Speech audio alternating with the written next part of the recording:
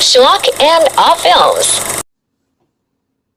All right, it is Wednesday. The last few weeks I've been covering Euro cinema, basically, mostly just Lucio Fulci. But I wanted to go a little bit different angle here and go into Spanish cinema, Spanish schlock. And what name comes to mind more than the name of Jess Franco? Truth be told, not a huge Jess Franco fan.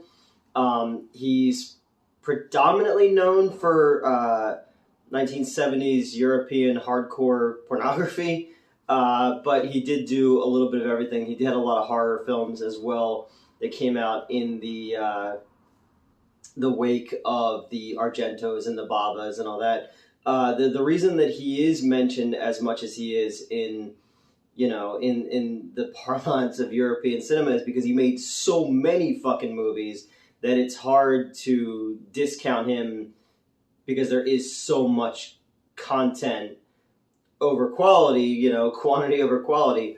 But he was a working man's director, a lot like Fulci, but he was far more blunt in his tastes, in his sensibilities. They were jobs to him.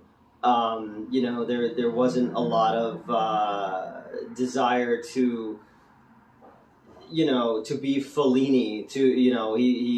He had long, lingering shots of female genitalia, and he was very much.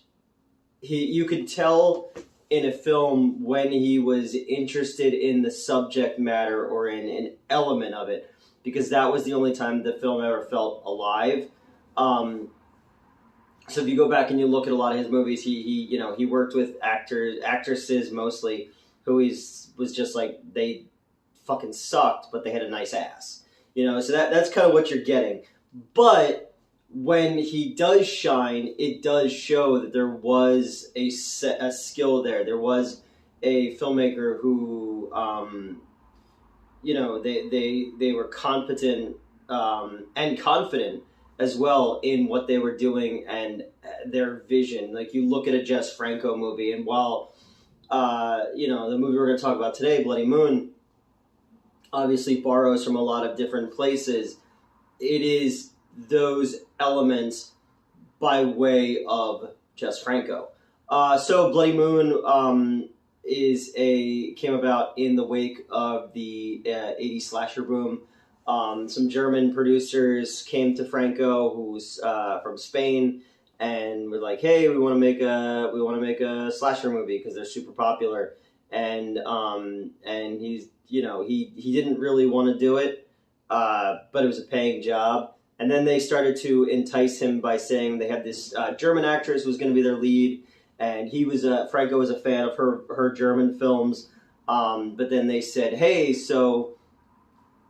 but she won't do any nudity and she won't do any sex scenes because she was married to someone in the German film industry at the time, and he wanted her to become like a serious actress." And so Franco was like, "All right, whatever." And then they go, "Oh, and we're going to film this in Casablanca." And he's like, "Oh, wonderful! Like, we're gonna go make this in Casablanca." And then the story was about students in Spain at a language school, and then they go, "But we're gonna film it in Austria." And he was like, "Well, no, it's Spanish, and we need the landscapes and all that." And they're like, "No, do it in Austria." So eventually they won out, and the arguments began. And they filmed it in a more Spanish setting. And then they told him that they had one of the top special effects guys of slasher films in the 1980s. I'm assuming they meant Tom Savini, but it's never specified in everything that I wrote. It just seems like that's kind of how they enticed Franco. They're like, "Yeah, he's going to come in, he's going to do special effects on this script." And the script was written by the production manager, who was part of the people who had the money. So Franco was not allowed to change the script very much, but they kept making promises. And then when they're like, "All right, well, we're going to be shooting soon. Where's this dude?" And they're like, "Oh, he's in Chicago working on another movie, so he can't do it." And then the thing that I thought was the funniest was reading all about this was they told him that Pink Floyd was coming to do the music for the movie, and that was the thing that Franco was mostly on board with. And they said, yeah, they're going to be around because they want to kind of have the vibe of the film so that it feels, you're basically telling a visual story with their music as kind of like setting the stage for us. And he was excited. You got to think at that time, Pipers at the Gates of Dawn and Dark Side of the Moon. They were the thing. Animals, all that. They were the thing. No, they didn't have Pink Floyd. Pink Floyd knew nothing about this project. They got this Austrian composer to come in, and the score to this movie is awful. It's so repetitive and bad. I especially love like the weird songs like "Shake Your Baby, Shake Shake." One of the many scenes that takes place at Disco Club. There's just a sign that says Disco Club that they keep showing. But Franco signed on to do the movie. The producers wanted. They said that in the liner notes I was reading, it's like they wanted 50 horror spotlights. They wanted 50 shock scenes in the movie, and he's like, you can't fucking do that. Like, it's not possible. And as much as I think that Franco is his own thing, he is right when he carried over, because I was reading one of the film books here, and after I watched the movie, I pulled out the book and I was reading the notes about this movie, and he compared making this horror movie to making a porno movie, because he said, like, if the horror goes on too long, people don't care about it. He's like, you could watch people fucking for 40 minutes, and you're like, all right, I get it. But if you make it 5 minutes, they're invested in the setup and the payoff to it. So he tried to make each horror scene in this short, some work better than others. The movie itself is about a guy who sort of looks like Brad Dourif as Wormtongue if he fell asleep in half his face in oatmeal. He's released from a mental asylum because some years before that, at a Halloween disco event, he assaulted a girl and killed her. And so he's been locked up in an asylum, and he's got this thing on his face, so he can't. People don't like being around him. And his sister comes to bail him out and bring him back to their villa that their grandmother owns, and their grandmother looks like Hector Salamanca from Breaking Bad with a long silver wig on. The scenery is beautiful. Where they filmed, it reminds me a little bit of Argento's Tenebrae, where a lot of it is shot with these wides, with this beautiful scenery in starker light. So in that regard, it's very interesting. The whole movie also has a very voyeuristic quality to it, which is not too dissimilar to most of Jess Franco's work, but in this one, it works with that kind of Peeping Tom, Halloween, the early POV slasher angle. There's a lot of just like moving through pillars or through like chairs that are stacked up in the foreground, creating this sense of being watched and isolation. That in regard I found to be interesting, including mixed with the beautiful scenery of this Spanish countryside and the ocean and these old buildings and stuff like that. It's pretty great. He also has some little things in there that Jess Franco called salt and pepper. The German producers wanted a very straightforward, American style or giallo style slasher film, and instead what they got was this movie about incest and roller discos and and learning Spanish. Every woman in this movie is vapid beyond belief, and they're all kind of bubbly-headed, sex-crazed co-eds. The whole thing takes place at this language school where this guy who looks like off-brand John C. Reilly is teaching these women Spanish. these college girls Spanish, and then there's this bald-headed, like mentally challenged guy. I think they said his name was Puck, who's kind of rolling around. So you have your Worm Tongue is probably the killer, or Puck is probably the killer. Grandma Hector Salamanca says that Worm Tongue Burnface's sister is a bitch and just wants her to die so that they can get her money. And she's like, no, you're crazy, Grandma. I just want to teach the kids. And then there's like this dude who's like a groundskeeper, tennis coach, I think. There's a lot of like tennis in this movie. And it's done about on the level as how it was shot in the movie Pieces, which is another Spanish production. The dubbing in this movie is pretty fucking bad, but also pretty hilarious. The salt and pepper thing. So there's like weird fun shots in there, like the Germans hated that, like the German actress is alone, and there's someone outside, and you see a shadow of this tall figure in the window. And when she opens the door, there's like a little kid standing there. So like little things like that was fun. The kid is just kind of around until he gets, he witnesses a decapitation, then gets run over by a Rolls Royce. It's like, who is he? Why is he here? So the groundskeeper tennis coach guy is apparently like the greatest lover ever, and he's like, other women just keep like vouching for him and like, oh, he's the greatest lover there is, and he's like, yeah, you should come by and try me tonight. And it was just like, what is happening?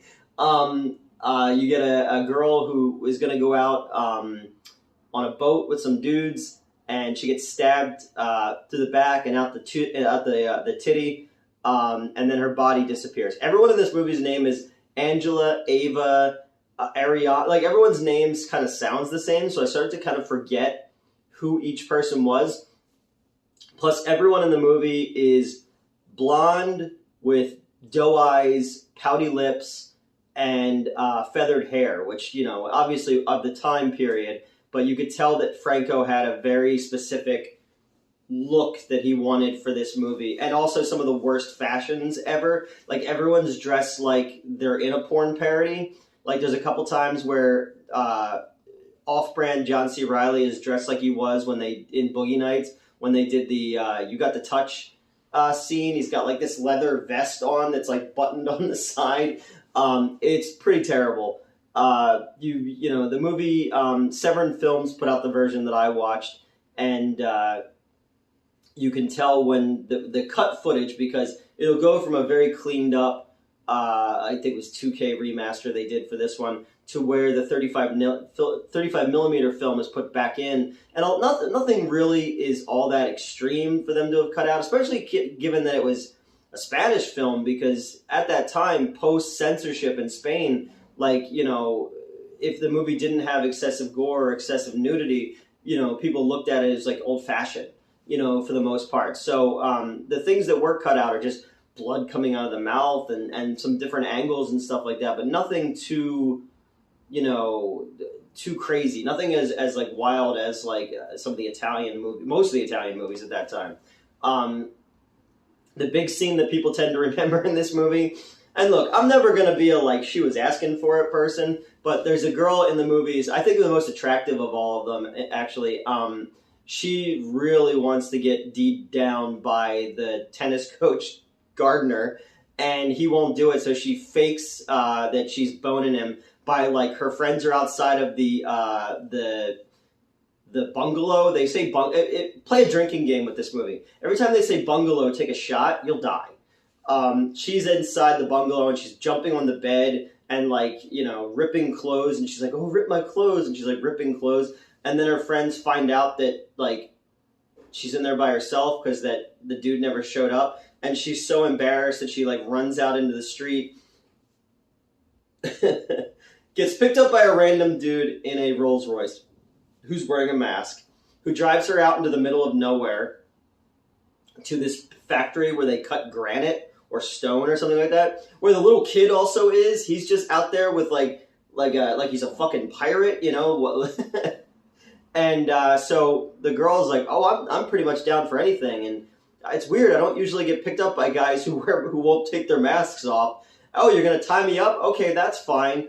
He ties her to a piece of like granite with like ropes and all this kind of stuff. And she's like, oh, this is fun. This guy who I just met, who picked me up, drove me out to the middle of nowhere and tied me up and won't take his mask off. And this, yeah, definitely. And then turns on this fucking giant saw. And she's still not worried about it at the time. And I'm like, dude, like, come on, And even if it's down to the dubbing, there is no explanation, like, in the, to why this would be okay, other than we need another gore scene here. What it leads to, the little kid tries to turn off the switch, but, like, the dude turns it back on, so the kid kicks the killer in the shin and then runs away, only to get run over later by the Rolls Royce. Yeah, her head gets cut off by the saw, and the head effect looks great. The prop head looks fantastic. What it comes down to is, take something like Lucio Fulci, the eyeball scene which eyeball scene, dude? Everyone, he hates eyeballs. In Zombie 2, when Prince's mom from Purple Rain gets the wood into her eyeball, the way that shot is, there's all this tension, and then when it finally releases, you can't look away from it because it just keeps going. Or like in The Omen, when David Warner's head gets cut off, the way it goes, it's build, and then it just relishes in it. The audience can't look away at that point. This one, the build-up is going fine, and then all of a sudden it's just abrupt and blunt, and I feel it undoes the what could have been a really cool, really memorable scene. I mean, it is the scene that people remember the most from this movie, other than the disco club, the Shake Your Baby Shake, and the terrible score that just keeps repeating. Their score sounds like it's like it should only be the DVD menu music, but it winds up being like their Jaws theme or their Halloween theme, and it doesn't fit the movie.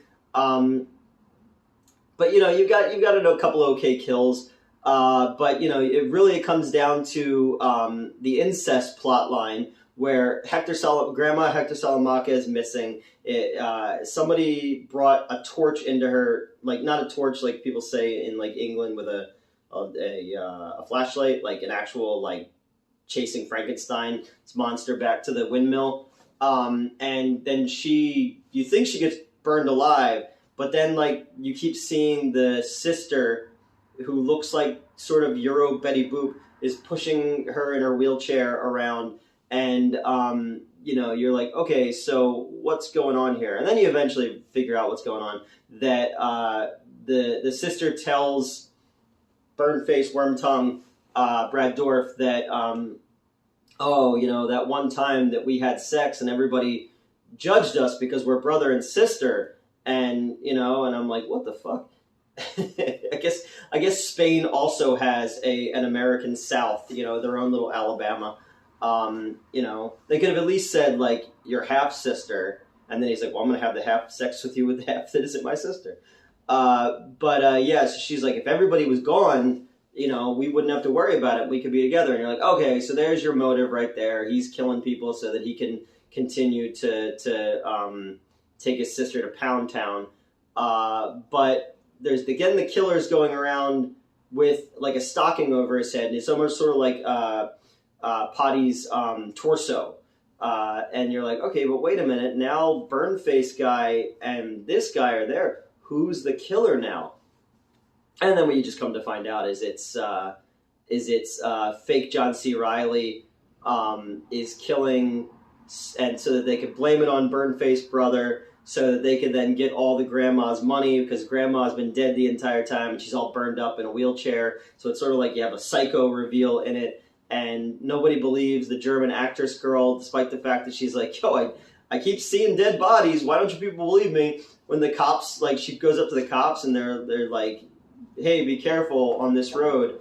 She almost gets crushed by a totally realistic boulder. It's like made with like paper mache. And she's like, well, I can't read the signs. And the cops are like, I'd sure like to teach her the language. And it's like, dude, she just said she saw a murder and was almost crushed by a boulder. You're making the police force of Spain look bad. But yeah, so it turns out that it's the sister orchestrating the entire thing. And then when the only person who's not dead, because all of her friends are dead, but then Puck also put like clamps around a girl's neck and killed her and then strung her up. So we have the very Friday the 13th style reveal where the main character, this last girl, finds all the bodies that just so happen to, they're dead, but they just so happen to be standing perfectly still until it's time to reveal them. So fake John C. Reilly's like, all right, there's only one more left, and then we could be together and we could be rich. And she's like, you already had my body. Isn't that payment enough? And I'm like, bitch. So she kills him, and then German girl stabs burn-faced brother through the neck, and it goes out the other side because she thinks he's the killer. And you're like, all right, well, he's dead, and now sister's not going to get her comeuppance. But then he gets up and strangles the sister to death, even though he's got the fucking thing coming out his neck. And the German actress girl had the worst week of her life at a Spanish language school.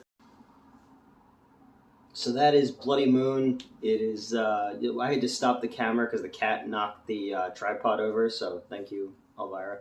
So that's Bloody Moon by Jess Franco. It's pretty bad. If only for the dubbing is laughable. And some of the cuts and concepts and the general script that the production manager refused to let Jess Franco change. I love the women that are written like they're all in a porno movie. I often wonder if Jess Franco, like every woman in all of his movies, basically act that way. They all kind of are that traditional, not even traditional. They're like a sleazy 42nd Street male fantasy. Like they're not even like strong women who could take advantage. They're just like, yo, I'm just dick crazy. But I'm ugly as fuck, so I'll never know the joys of being off-brand John C. Reilly with his leather vest or hunky tennis champ lawnmower guy. So I will never know the joys of being fawned after by doe-eyed, pouty-lipped, feathered-haired European women. But, that's the cross I have to bear in life. Franco File is the name of Lampy Man's channel. He has a series of... There's a guy, I really like his YouTube videos called Lampy Man. He does all these film criticisms. He did like the whole Section 3 movies, which are not the video nasties, and then a whole one about all the video nasties. But he has an entire series called Franco Files, which is all about Jess Franco's films. I'd recommend you go check that out. I'll link it below here.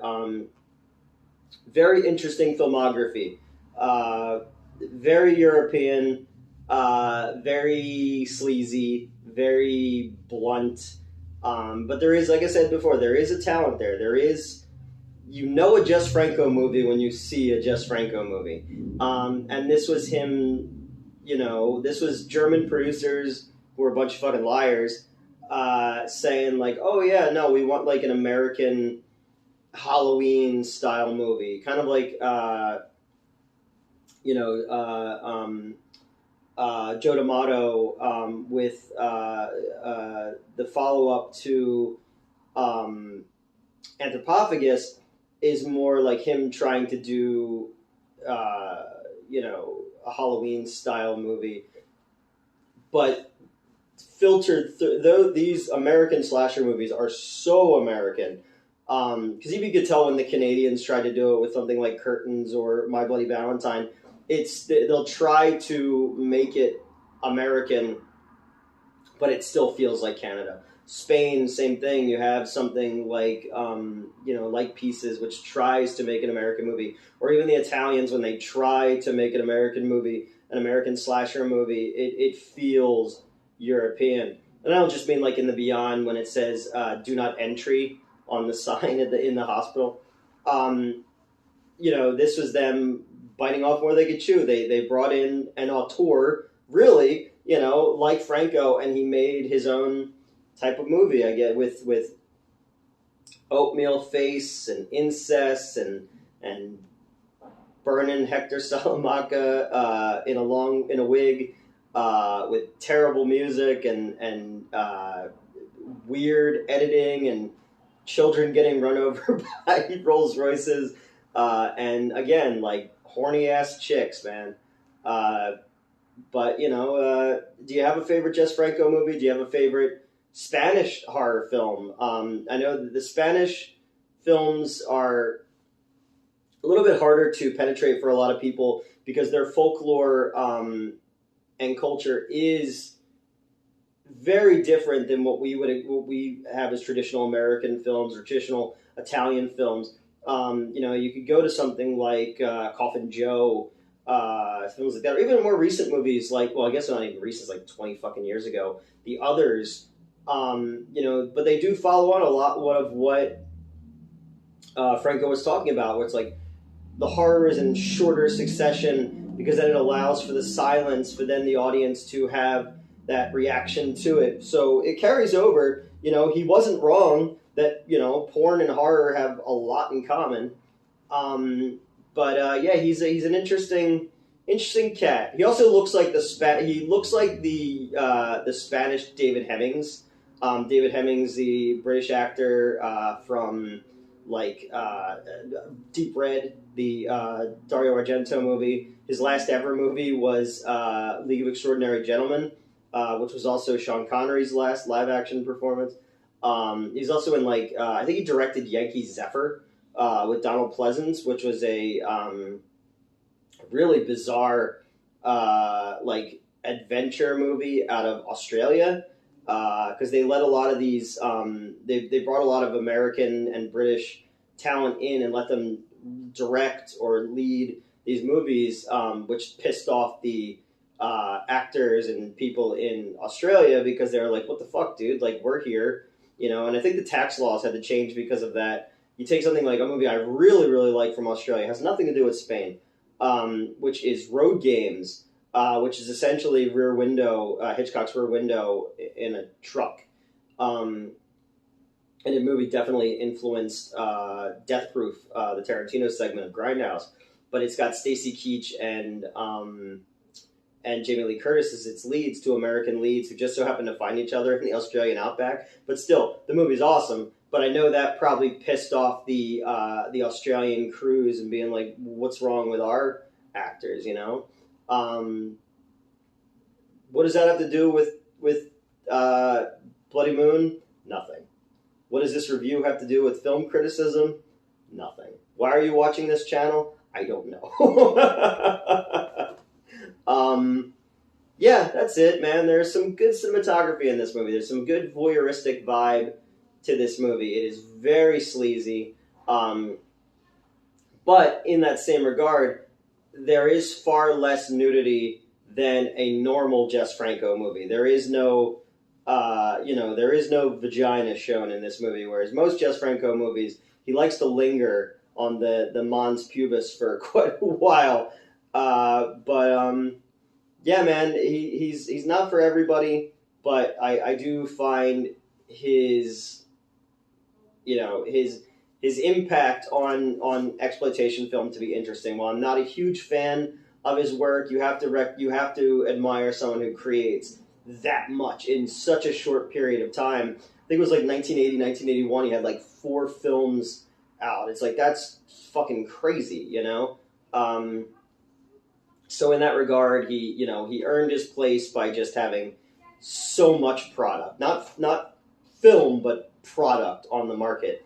So this one is, if you're into the slasher films, if you're trying to kind of step outside of John Carpenter and Tobe Hooper and Wes Craven and Sean S. Cunningham, people like that, and you're trying to get into films that are outside of our mainstream but are influenced by our mainstream, Because in the end, like, you know, even the head cutting off thing, it's all grand guignol. It's all our desire to go and see violence on the big screen and gore on the big screen and know that we can leave it safe and sound. So in this regard, it does Franco does harken back to the original concept of what these films are at their heart, which is you're going to watch acts of violence that you know you'll be safe from. But in this one, he definitely played it very tongue. You could tell, like I said, the salt and pepper. His tongue is firmly in his cheek while making this movie, and it's also fun to think that that really pissed off the German producers, but that they came back and worked with him again. So, yeah, I don't know, man. Bloody Moon. Don't get in cars with strange masked men who take you out to granite cutting factories, then let you get tied. Because look. I do a show with Metz, okay, and Metz puts themselves in situations like, let's see what happens. I also think Metz would, you know, the masked killer would make a run for it. But it's just like maybe we don't put ourselves in these types of situations in the Spanish countryside. And where the fucking kid who gets run over's parents? And then he's never mentioned again. There's never a mention of like, hey, like, where's our kid? You know? What was he doing hanging out at the language school in the middle of the night, handing out ceramic elephants, you know? I don't know. I got nothing else. I'm just angry that I'll never get to be a hunky Spanish lover. Mostly because I'm a good old-fashioned American mutt. You name the national, you know, you name the ethnic group, and I've got everything. It's just like my genetics are like LeBron James before a game, just throwing shit up in the air and just seeing where it lands. But even though like members of my family like came out looking like, on my dad's side especially, came out looking like sexy Spanish or sexy Italian or Greek, I wound up looking like this. So this is why I don't believe in God. I don't know, man. Some people win the genetic lottery. I did not. And instead I spend my time watching trashy cinema. So, ciao.